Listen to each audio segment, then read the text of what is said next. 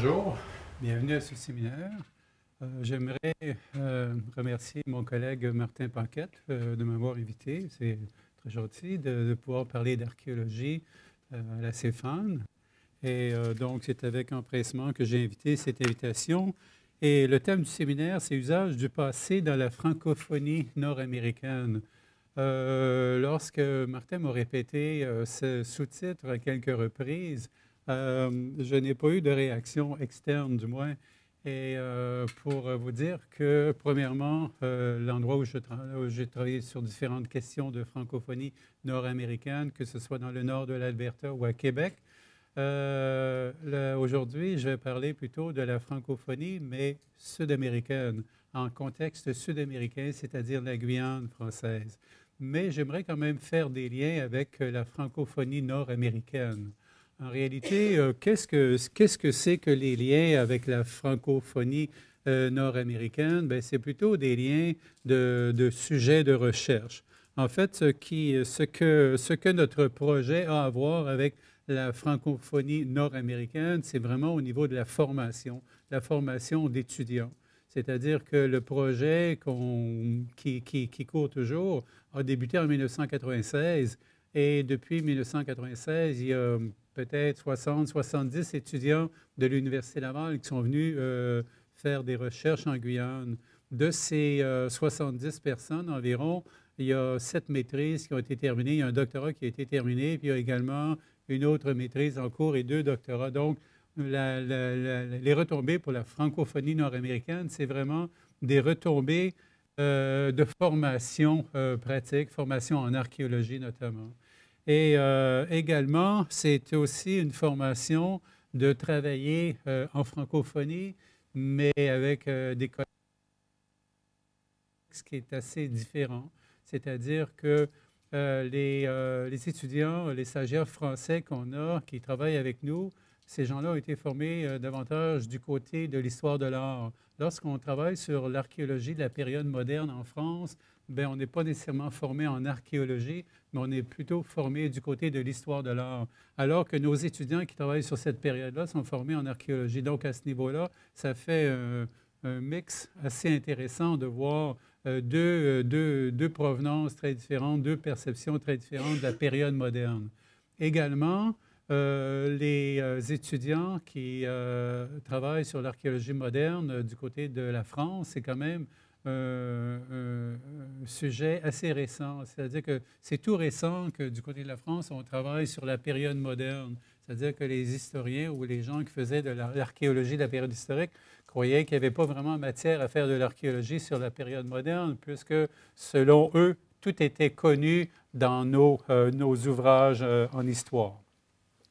Donc, moi, ce qui m'a intéressé beaucoup lorsque j'ai commencé ce projet-là, c'est-à-dire je travaillais déjà ici à Québec sur des Français au 17e, 18e siècle en Amérique du Nord, à partir de chantiers-écoles notamment sur le territoire de la ville de Québec.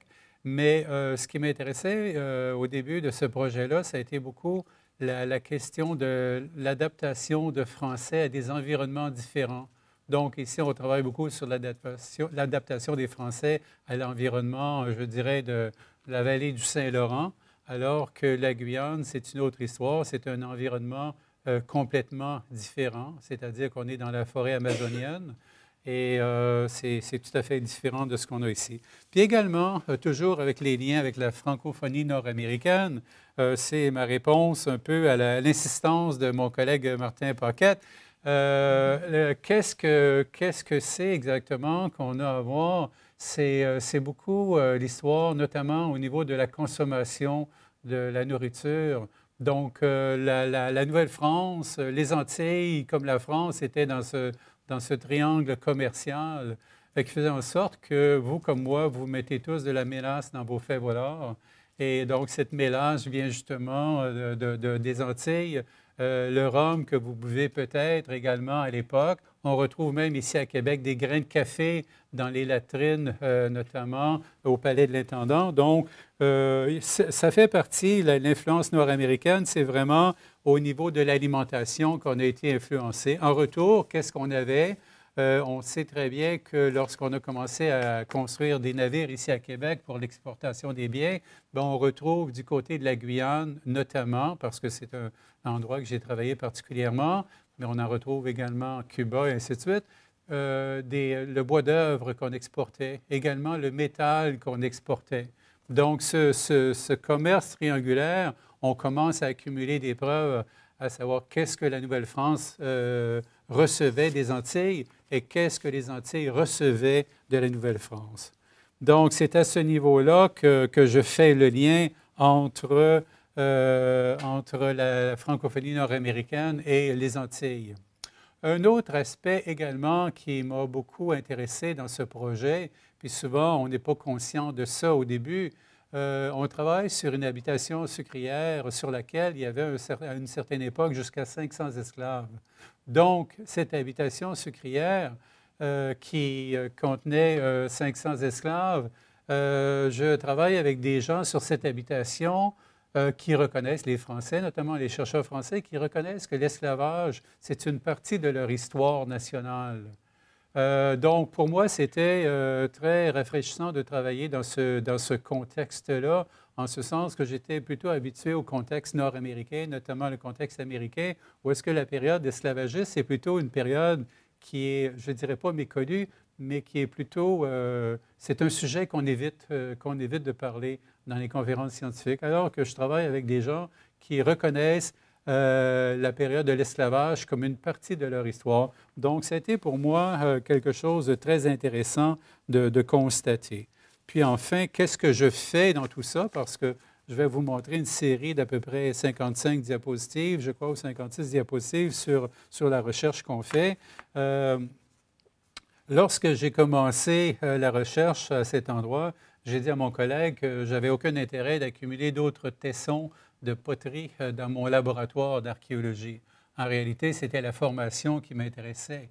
Puis de formation, bien, on a commencé à développer des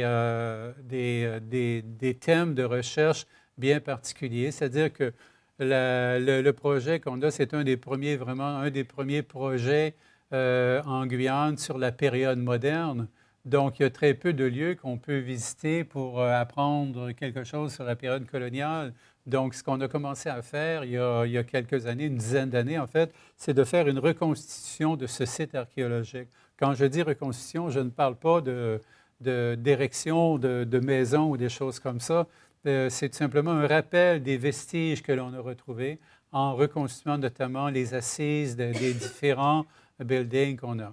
Et plus récemment, c'est-à-dire il y a environ 4 ans, on a découvert également un autre thème qu'on pouvait pousser à l'intérieur de ça, et toujours dans une perspective de communication des résultats avec le public.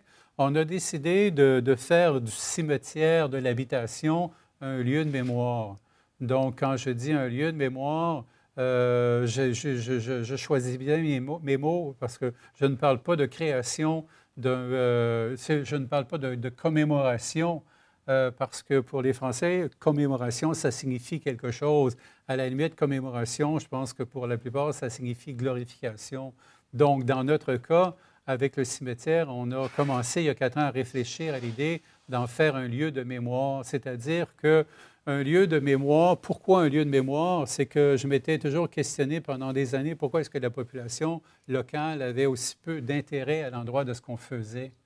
Je me suis dit, peut-être parce qu'on travaille sur la maison des maîtres, peut-être parce qu'on travaille sur la forge ou sur le moulin à vent ou sur la cuisine et l'hôpital et ainsi de suite. Et peut-être que ça ne les intéresse pas. Mais il y a 5 ans à peu près, j'avais un groupe et je leur pointe à quelques mètres de l'endroit où est-ce qu'on fouillait qu'il y avait un cimetière qui était dans la forêt. Puis là, les yeux se sont vraiment agrandis lorsque j'ai dit qu'il y avait 1 millier de personnes qui étaient inhumées à 2 pas de la fouille où est-ce qu'on travaillait. Puis j'ai vraiment vu l'émerveillement chez les gens. C'est là que j'ai constaté que dans ce cimetière pourrait être utilisé comme lieu de mémoire. Et pourquoi lieu de mémoire? Qu'est-ce que j'entends par lieu de mémoire? C'est que je compare avec ce que j'ai vécu par mon enseignement à l'Université d'État d'Haïti, où est-ce que À l'Université d'État d'Haïti, les gens du programme d'ethnologie vont avoir beaucoup d'intérêt à l'endroit de leur passé. En fait, ils vont me dire pourquoi tu ne viens pas travailler chez nous plutôt qu'en Guyane. On a des choses vraiment à faire sur les habitations sucrières et ainsi de suite. Donc, je voyais là vraiment une relation, un rapport avec le passé complètement différent si je comparais la Guyane avec Haïti. Donc, je pense que cette relation est tout simplement que les Haïtiens ont une fierté nationale, notamment leur première république noire indépendante en 1804, alors que ce n'est pas quelque chose qu'on note avec la Guyane qui, elle, est devenue un département outre-mer français. Donc, on est encore dans, je ne dis pas du tout dans le régime esclavagiste, mais on est encore dans ce régime de relation avec la métropole, alors que Haïti n'a plus cette relation à l'endroit de la métropole. Et donc, il y a une fierté nationale de son passé qui n'est pas, je pense, qui fait la différence entre les deux. Donc, ces deux pays dont les descendants, c'est les descendants de l'esclavage, mais un veut connaître son passé alors que l'autre a choisi de peut-être escamoter ou ignorer ou oublier son passé complètement. Donc, une façon pas de commémorer, mais de redonner la mémoire de ce lieu, c'était pour nous de travailler sur le cimetière. Et donc, cette année, en 2015, on a érigé un calvaire qui était sur une des illustrations de 1730. Je vais vous montrer à la fin de ma présentation ce calvaire qu'on a érigé et démonté par la suite, et je vous expliquerai pourquoi. Donc, le plan de ma présentation, c'est vraiment un tour d'horizon sur la recherche qu'on a fait sur les différents aménagements. C'est ce que j'aimerais vous présenter aujourd'hui. Donc, je comprends qu'on fait la période de questions est à la fin des deux présentations, donc ramassez vos questions. Puis, je vais plutôt y aller diapositive par diapositive pour vous expliquer un peu qu'est-ce qu'on voit là-bas. Donc, pour ceux qui ne sont pas familiers avec cette géographie de la fin du 17e siècle, la Guyane, moi je me rappelle lorsque j'étais petit, on apprenait qu'il y avait 3 Guyanes, la Guyane anglaise, la Guyane hollandaise et la Guyane française. En tout cas, c'est ce que j'ai appris dans mes cours d'histoire. Et donc, la Guyane hollandaise est devenue maintenant Guyana, indépendant de l'Angleterre également. La Guyane hollandaise est devenue le Suriname, également indépendant de la Hollande. Et la Guyane française est un territoire outre-mer de la France. Petite anecdote, le Suriname a été, en réalité, ça a été un échange entre les Anglais et les Hollandais. Comme vous savez, les Hollandais étaient à New York au 17e siècle et à un moment, ils ont échangé l'île de Manhattan pour la Guyane, leur Guyane, pour le Suriname. Et donc maintenant, je pense que tout le monde a compris qui avait eu le bon bout du bâton dans cet échange entre Manhattan et la Guyane. Et donc, on est à quelques degrés. On est en fait à 4 degrés au nord de l'équateur. Donc, c'est vraiment la forêt équatoriale. Donc, un climat très chaud et très humide. Et 12 mois par année aussi, 24 heures par jour. Donc, c'est des températures assez stables. C'est une végétation également qui semble très luxuriante à première vue. Mais en réalité, c'est un sol qui est très pauvre. C'est de la latérite et un sol qui est très acide. Donc, toute l'histoire de la Guyane repose sur une série d'échecs agricoles, notamment. C'est-à-dire qu'on a toujours pensé qu'on pouvait faire de l'agriculture dans un climat chaud et humide, mais en réalité, c'est des terres qui s'épuisent très rapidement.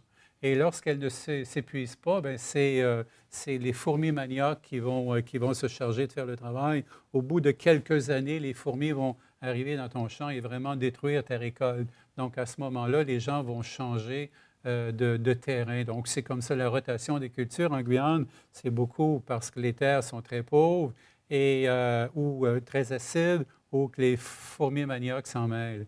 Une des choses que les fermiers ont commencé à comprendre, notamment, c'est des choses qu'on a appris des Hollandais.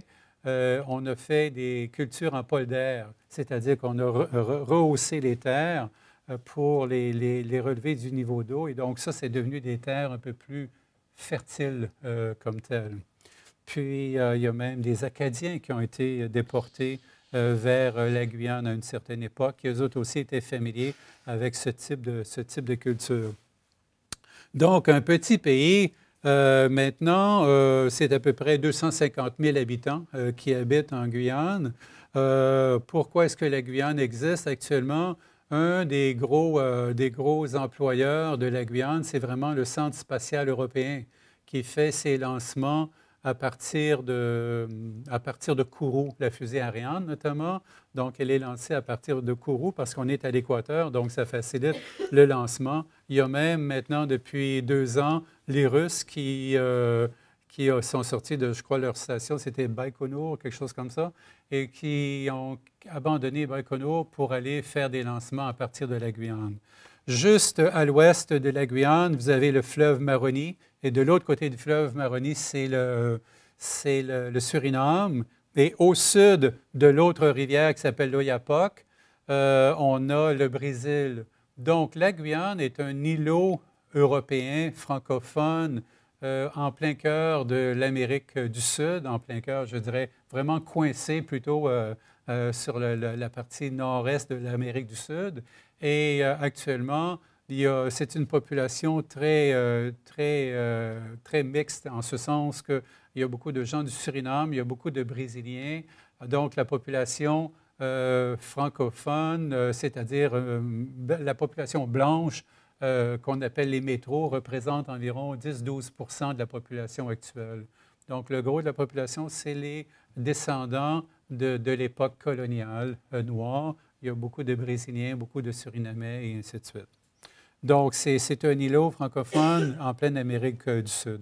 L'endroit où est-ce qu'on travaille, vous voyez où est-ce que l'avion, c'est Cayenne, qui est la capitale, et juste en banlieue de Cayenne, à 20 km, 15-20 km, il y a la petite ville de Rémire.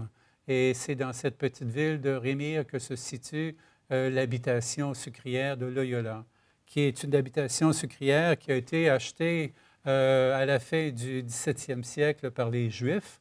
Donc, ça a été acheté par les Jésuites de 2 colons juifs, les colons qui s'appelaient Quincy et Drague, ont vendu des terrains aux Jésuites pour qu'ils commencent une habitation sucrière à cet endroit.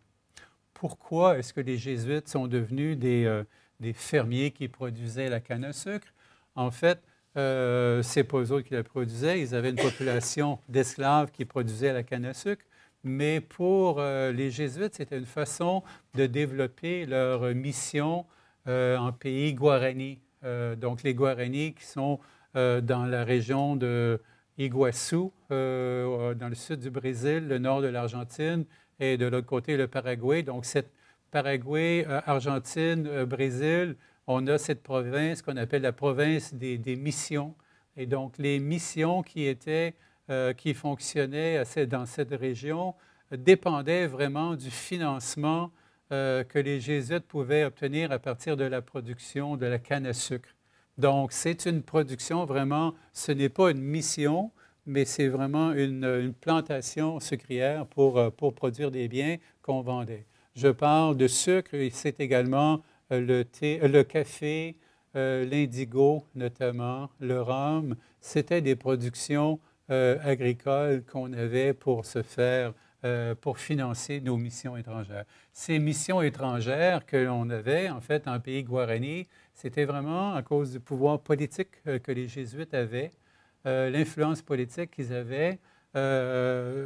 Certaines missions comme Saint Ignacio, par exemple, il y avait 4 à 5 000 autochtones Guarani qui étaient sous la protection de quelques missionnaires jésuites, mais les missionnaires étaient d'habiles politiciens qui pouvaient intervenir auprès du gouvernement portugais et espagnol, justement, dans un but de protéger les Autochtones, les Premières Nations, contre l'esclavage qu'ils pouvaient subir de la part des Portugais et des Espagnols.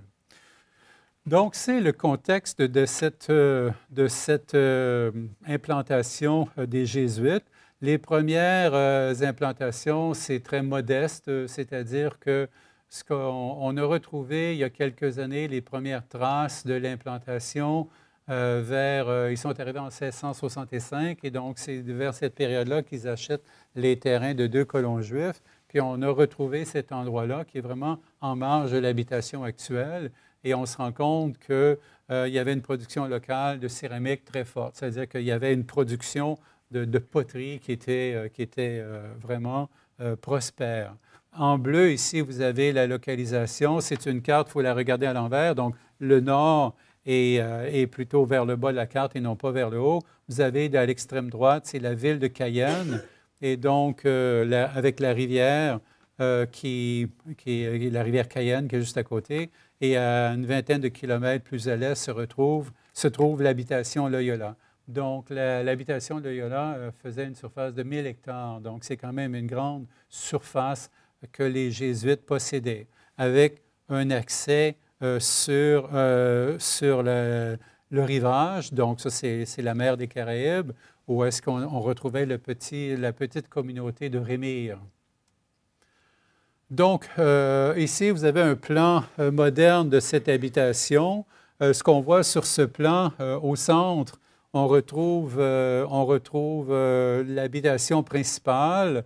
Dans la partie beige, plus à gauche, on retrouve la colline du Moulin à Vent. On a également tout le système de transport terrestre qu'on peut avoir à cet endroit-là. Puis, je vais parler de l'habitation principale qui regroupe la maison de maître, la purgerie, cuisine, hôpital, ainsi de suite, cimetière. C'est ce que je vais parler dans les prochaines diapositives. C'est un plan ici qui nous est disponible à partir d'une carte qui a été publiée en 1730. Donc, c'est un cartouche sur cette carte qui décrit très bien en ligne. C'est un peu dur à lire, je suis certain, de votre endroit, mais tous les bâtiments sont décrits. On doit s'imaginer, maintenant, on est en pleine forêt secondaire, mais on peut s'imaginer qu'à une certaine époque, la colline au complet était complètement dénudée et on avait des champs de canne à sucre et d'autres cultures. Et du côté droit de l'image, le petit bâtiment, c'est le magasin de l'habitation. Au centre, c'est la maison de maître. Du côté gauche, c'est la purgerie. Et alors que derrière, du côté droit, c'est la cuisine hôpital. Et du côté gauche, c'est la petite chapelle avec son cimetière. Donc, je vous donne ces directives-là afin de vous placer un peu dans la perspective de cette époque. Tout en bas, à droite, c'est un pigeonnier. Et donc, on est assez chanceux parce que les Jésuites étaient assez bons pour enregistrer l'information. Et donc, ça, c'est l'autre côté de la colline. Et cette carte ancienne, ce plan ancien, en fait, on était capable de le défricher. Et donc, à partir de ces documents qu'on utilise, on est capable de comprendre exactement tout ce qui constituait une habitation sucrière. Donc, c'est une carte de Goupil-Desmarais qui date de 1740, quelque chose comme ça. Dans cette plantation, il y a également un endroit sur lequel on va commencer à travailler l'an prochain. C'est les petites hachures juste en haut du numéro 8, là, les petits un peu en haut à gauche. Cette petite hachure, c'est le quartier des esclaves. Et donc, on voit le quartier des esclaves qui est dans la savane, en contrebas de la colline. Les bâtiments sur la droite sont les bâtiments tels que la maison de maître, le magasin, la chapelle et ainsi de suite. Donc, toutes les plantations du côté des Antilles, la maison de maître est toujours sur une colline surplombant le village des esclaves. Donc, dans cette plantation, il y avait également un moulin à vent. Un moulin à vent, on en a un peu partout en Amérique du Nord. Un moulin à vent est un peu, je dirais, souvent ostentatoire. Dans le cas de la Guyane, c'est doublement vrai parce que c'est un pays qui est à l'abri des tremblements de terre et des ouragans ou des choses comme ça. En d'autres mots, ils ne vendent jamais en Guyane. Si on a un petit vent de 20 km/h, c'est beau. Et 20 km/h, à ce moment-là, ça s'appelle sort de la forêt parce que c'est des arbres qui sont très fragiles. Et donc, très souvent, en fait, le plus grand nombre de personnes qui meurent en forêt en Guyane, c'est à cause des chutes d'arbres et non pas des morsures de serpents. Mais néanmoins, les Jésuites avaient bâti un moulin à vent. Et ce moulin à vent, un peu, on se rend compte également du côté de l'Amérique du Nord qu'un moulin à vent, regardez ici les tours Martello. le rôle. Si on regarde une tour Martello, ça a un peu une allure de moulin. Et c'est la même chose du côté de la Guyane, ce moulin à vent, notamment lorsque les Portugais, vers 1780, lorsque les Portugais attaquent la Guyane, bien, il y a des documents qui disent on s'est réfugié sur la colline du moulin à vent. Donc, effectivement, le moulin à vent, je crois que pour le 18e siècle, peut très bien servir de lieu comme de fortification, en fait. Oups, dans l'autre direction. Donc, ce moulin à vent, néanmoins, à proximité du moulin à vent, il y avait l'équipement industriel pour notamment la presse, pour presser la canne à sucre, pour en extraire le vésou. C'est le jus de canne, tout simplement, qu'on pressait et qu'on bouillait un peu. En fait, c'est exactement comme nos bonnes cabanes à sucre ici au Québec. On a le même système de bouilloire de la plus grande à la plus petite.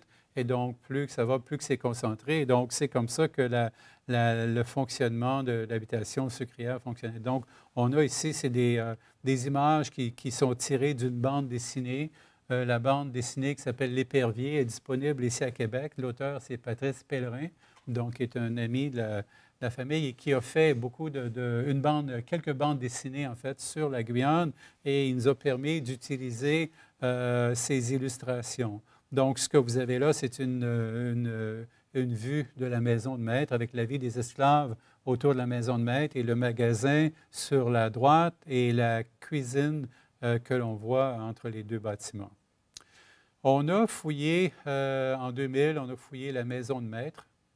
Donc, ce qu'on a retrouvé, c'est beaucoup de faïences, beaucoup de verre, parce que la maison de maître était, comme son nom l'indique, était souvent utilisée pour recevoir les invités de marque, notamment au 18e siècle, il y a des biologistes, des botanistes qui sont passés par la Guyane et ils étaient reçus à l'habitation sucrière. Donc, on retrouve, je dirais, les traces de l'affluence, modeste, mais l'affluence des Jésuites, notamment avec l'utilisation de verre très mince et de faïence.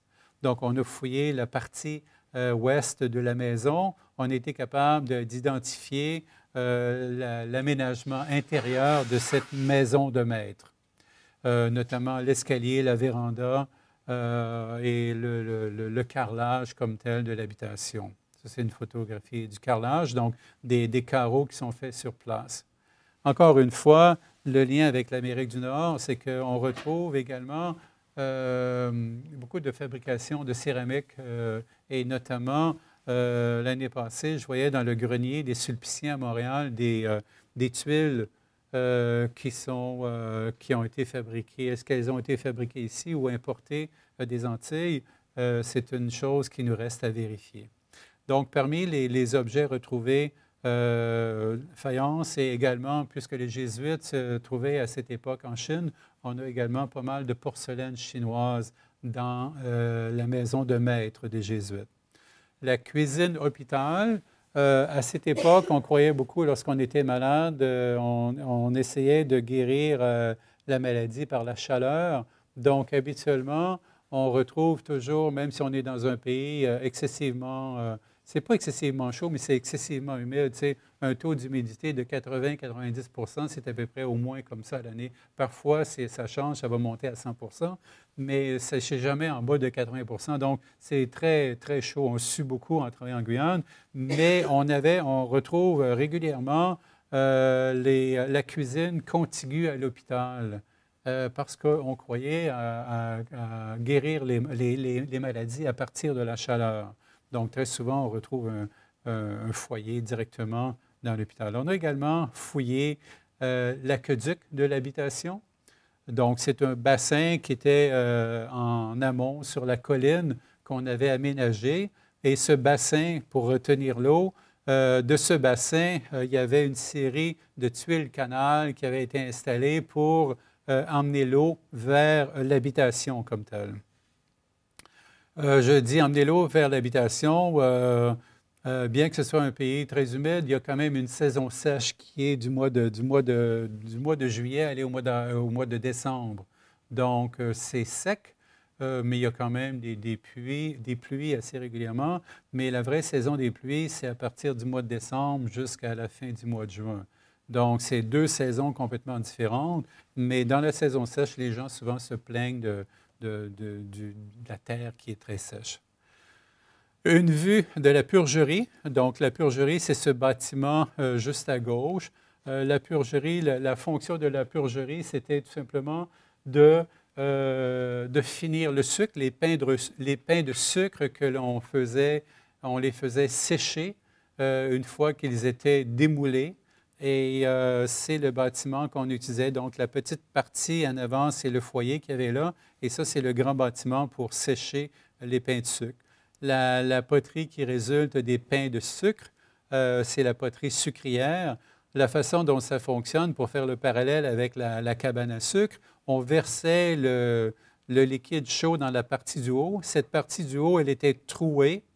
Il y avait un petit trou dans le fond.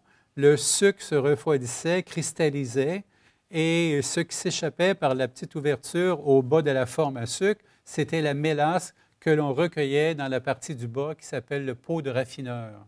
Donc, il y a deux étapes. Et ce qu'on récoltait, finalement, c'était une forme, une pièce de sucre de cette hauteur-là, et qu'on cassait, qu'on réduisait vraiment, c'était cristallisé, donc on le réduisait pour le faire sécher. Et la mélasse également, on la récupérait. Quelques photos sur le moulin avant. J'ai dit 1730, point d'interrogation, c'est parce que il y a une plaque qui indique sur le moulin l'année de sa construction, mais la plaque n'est pas claire. Malheureusement, il manque un chiffre, le dernier, mais c'est quand même assez près comme date, c'est assez formidable. Donc, sur cette colline, lorsque les Jésuites ont été bannis de la Guyane parce qu'ils prenaient trop d'espace politique, bien, à ce moment-là, il y a une association qui s'appelle l'Association des petits planteurs à partir du 19e siècle qui a été formée. Et donc, cette association des petits planteurs a commencé à continuer finalement la culture, notamment de la canne à sucre pour fabriquer du rhum. Également, non loin du moulin, vous avez le moulin ici en haut à gauche, et en contrebas, vous avez deux hangars pour sécher les grains de café. L'endroit où est-ce qu'on faisait bouillir le Vézou, justement, pour produire le rhum, c'est la production de rhum, on appelle ça la vinaigrerie. Encore une fois, une autre image de ces foyers qu'on a retrouvés pour la production de rhum. Puis la dernière image, justement, vous voyez au centre de l'image, en bas, c'est un autre foyer avec des lattes de métal sur lesquelles on assoyait une marmite en cuivre ou quelque chose comme ça pour faire bouillir le Vézou. Le puits associé à la production du rhum, un peu comme dans la cabane à sucre, on a besoin d'eau lorsqu'on produit le sucre d'érable pour nettoyer les vaisseaux et ainsi de suite. Donc, on avait juste à côté des foyers que je vous ai montré un puits qui a été retrouvé. Dans ce puits, on a retrouvé également, lorsque l'infrastructure s'est effondrée, lorsqu'on a fouillé le puits, on a retrouvé le bois qui se retrouvait sur le dessus auparavant. Également, un de nos étudiants a travaillé sur la forge. Donc, Alain Chouinard, qui a fait sa maîtrise sur la forge, il s'intéressait beaucoup à cette époque-là au travail du forgeron et comment le forgeron maîtrisait son travail. Parce que vous savez, si on veut tremper des outils pour rendre le rebord plus dur, plus coupant, on a besoin vraiment de maîtriser le trempage. Donc, il s'intéressait à ça. Et c'est lorsqu'il faisait ce travail-là qu'on a découvert, en fait, avec son co-directeur, qui était un ingénieur en métallurgie à l'Université Laval, on a découvert que pas tout le métal, mais certaines pièces en métal que les forgerons avaient travaillées provenaient des forges du Saint-Maurice ici. Donc, c'est assez surprenant, mais il y a une signature chimique qui fait en sorte qu'on peut reconnaître le fer d'une production à une autre. Donc, on avait en Guyane du fer qui provenait des forges du Saint-Maurice. Beaucoup des instruments sont des instruments pour le travail de la terre, mais on a également des colliers de servitude, la pièce ronde que vous voyez. Donc, c'est un collier de servitude. On a du côté gauche un étau et l'autre, c'est la pointe, la corne, en fait, d'une enclume. D'autres outils, des clous et ainsi de suite. On a également retrouvé des clés, des pièces de fusil, également des agrès de pêche qui ont été fabriqués dans la forge, des pièces de quincaillerie, naturellement. Et on a fait des recherches du côté de la production de la céramique, parce que l'habitation sucrière, en plus de produire des produits alimentaires ou du café, produisait également pour les autres plantations, parce que les petits planteurs qui étaient dans la région n'avaient pas nécessairement les moyens d'avoir un forgeron ou d'avoir une production de céramique. Donc, une façon pour les Jésuites de faire de l'argent localement, c'était également de produire de la poterie sucrière qu'ils vendaient aux petites habitations. Donc, ici, on arrive à parler les recherches dans les 5 dernières années du côté du cimetière que vous voyez encore ici. C'est l'illustration de Patrice Pellerin, non pas l'illustration de 1730, mais c'est pour vraiment mettre en valeur l'ampleur de ce cimetière qu'on a à l'habitation. Également, le magasin qu'on a commencé à fouiller. Il y a 3 ans à peu près, le magasin de l'habitation. Le magasin, en fait, c'est une illustration telle qu'on a au sol les vestiges, mais on s'est rendu compte que ce magasin, à une certaine époque, était beaucoup plus petit. Mais lorsqu'on a décidé d'agrandir le magasin, peut-être vers 1740, bien, on a fait place en fait, on a enfoui un vestige qui était déjà là, et c'est ce vestige qu'on a commencé à fouiller cette année, c'est-à-dire une forge ancienne qui précédait le magasin. C'était dans la partie de gauche que vous voyez ici, la partie ouest. On avait, il y a 3 ans, découvert un mur. Vous voyez celui qui est pointé par la flèche. On avait découvert un mur ancien en plein centre et on se demandait qu'est-ce que c'était. Et ce mur ancien était en association avec un niveau noir. Et donc, ce qu'on retrouve dans le magasin, finalement, c'est un assemblage assez différent de ce qu'on a dans les autres endroits. On a vraiment un lieu d'entreposage, notamment de la marchandise qui arrivait de l'Europe et également de la marchandise qui était livrée vers l'Europe. Le magasin était vraiment un endroit où est-ce que peu de personnes avaient accès. Donc, ici, le niveau qu'on a fouillé cette année, ce niveau noir, puis ça, les échantillons sont encore dans mon laboratoire. On va commencer dans quelques semaines l'analyse de ce matériel-là. Mais grossièrement, ce qu'on retrouve là-dedans, c'est beaucoup de scories, beaucoup de fragments, des recoupes de cuivre notamment, et naturellement beaucoup de fer et du charbon de bois. Donc, cette recherche va nous permettre de mieux comprendre le travail qui se faisait dans la forge de l'habitation. Donc, la chapelle, c'est dans nos plans pour les années à venir, c'est-à-dire dans nos plans de mise en valeur. Quand je dis mise en valeur, c'est de reconstitution afin de rappeler l'endroit où était la chapelle, parce que lorsque ça a été laissé à l'abandon pendant 200 ans dans une forêt, bien, habituellement, il ne reste pas grand-chose. Mais on sait que le plancher est conservé, le plancher de cette chapelle et le cimetière que je vous ai mentionné tout à l'heure. Le cimetière également, vu que c'est un sol qui est très acide, il n'y a aucune préservation organique. Vraiment aucune préservation organique. Il n'y a aucun ossement dans ce cimetière. Mais ce qu'on retrouve, c'est des offrandes funéraires. On a des petites croix d'un chapelet, des perles de verre, des pipes à fumer. Donc, c'est le genre d'objet qu'on retrouve.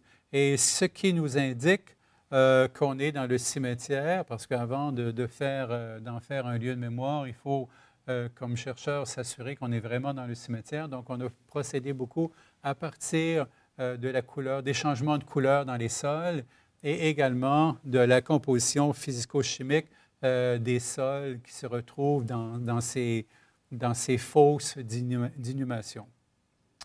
Donc, voilà quelques objets qui ont été retrouvés. Les petites pièce avec le trou dedans, en fait, c'est des pipes, on dit des pipes à fumer, des pipes d'esclaves ou des pipes africaines. Donc, c'est vraiment, on retrouve ça, des perles de verre, chapelet, petit anneau également en laiton. Donc, on est rendu à l'étape parce que si on fait tout ça, ce n'est pas nécessairement, c'est pas essentiellement pour la publication d'articles scientifiques qui vont être lus par très peu de personnes. Donc, pour moi, comme archéologue, ce qui m'intéresse beaucoup, c'est la mise en valeur de ce site archéologique. Mise en valeur, ça passe par la reconstitution de certains bâtiments. Donc là, ici, on est en train de travailler. En fait, ce n'est pas nous, les archéologues, mais c'est des maçons qui travaillent sur la reconstitution de la porte du moulin à vent. Dans notre laboratoire de restauration à l'Université Laval, la bouteille que vous voyez ici, ça s'appelle une Dame Jeanne. C'est environ 50-60 cm de hauteur. Et c'était trouvé à peu près en 3000 fragments. C'est du verre qui a à peu près 1 mm d'épaisseur. Donc, c'est un travail de restauration de pièces archéologiques. Ici, c'est la restauration des bâtiments. Ce que vous voyez là, c'est les vestiges en pierre. Lorsqu'on a commencé à travailler à cet endroit en 1996, tout ce que c'était de la forêt. Et les pierres que vous voyez là étaient complètement bouleversées parce que, en fait, il n'y avait aucun mortier qui retenait ces pierres-là parce que le mortier attire des plantes qui sont à la recherche de sols basiques. Et donc, quand on commence à faire des fouilles à cet endroit-là, du mortier, cherchez-en pas, il n'y en a plus du tout. Donc, ce que vous voyez là, c'est des reconstitutions à partir des plans qu'on a produits lors des fouilles archéologiques. Puis enfin, en 2015, cette année, un objectif, c'était la création de ce lieu de mémoire. Et donc, on a commandé un calvaire qui a été implanté vers la fin du mois de juillet cette année. Puis, c'est un calvaire, en fait, qui a aussi beaucoup attiré l'attention de la population locale. Mais attirer la population la population locale, ça n'a pas plu à tout le monde, notamment le ministère de la Culture qui n'avait pas donné sa permission pour que nous puissions ériger le calvaire. Donc, dès la fin du mois d'août, on a été forcés de déplanter le calvaire. Et donc, qu'est-ce qui va arriver? En fait, c'est encore une fois, c'est une question très sensible entre la loi du ministère de la Culture de la France et la population locale qui apprécie beaucoup ce geste. Donc, comme archéologue, on est souvent coincé entre deux feux. Est-ce qu'on plaît à la population sur laquelle on travaille sur le passé ou est-ce qu'on plaît au groupe qui donne le permis de fouille et la subvention pour notre travail? Donc, il y a une fine ligne à débattre entre les deux. Donc, voilà, ça fait 43 minutes. Je m'arrête là. J'ai apporté une publication. En fait, c'est un livre, bien qu'on ait publié des articles scientifiques ou des communications, le livre que j'avais mis dans les références. Donc, c'est vraiment un livre grand public qui ne va pas dans les techniques vraiment du travail d'archéologue. On est en train de préparer une autre publication sur les faïences et le verre et le métal pour nos collègues scientifiques, mais ce livre-là est vraiment la moitié, c'est la partie historique et l'autre moitié, c'est la partie archéologique qu'on a fait, mais d'une façon très accessible aux non-initiés. Puis enfin, puisque pour en revenir à la commande, j'aimerais terminer avec cette publication également. Martin m'avait demandé de parler de la francophonie nord-américaine et de l'archéologie, et moi, je pense que c'est impossible pour moi de faire le résumé d'un travail de pas loin de 400 pages, pas loin de 500 pages de mes collègues Marcel Moussette et Greg Wasselkoff. Et donc, c'est vraiment un ouvrage qui est sorti, ça fait en janvier 2014, donc ça fait vraiment pas longtemps. Et je vous le recommande si vous voulez vraiment poursuivre plus à fond sur l'archéologie de la francophonie, tant au Canada qu'aux États-Unis. C'est vraiment une belle publication. Donc, voilà, on passera aux questions tout à l'heure.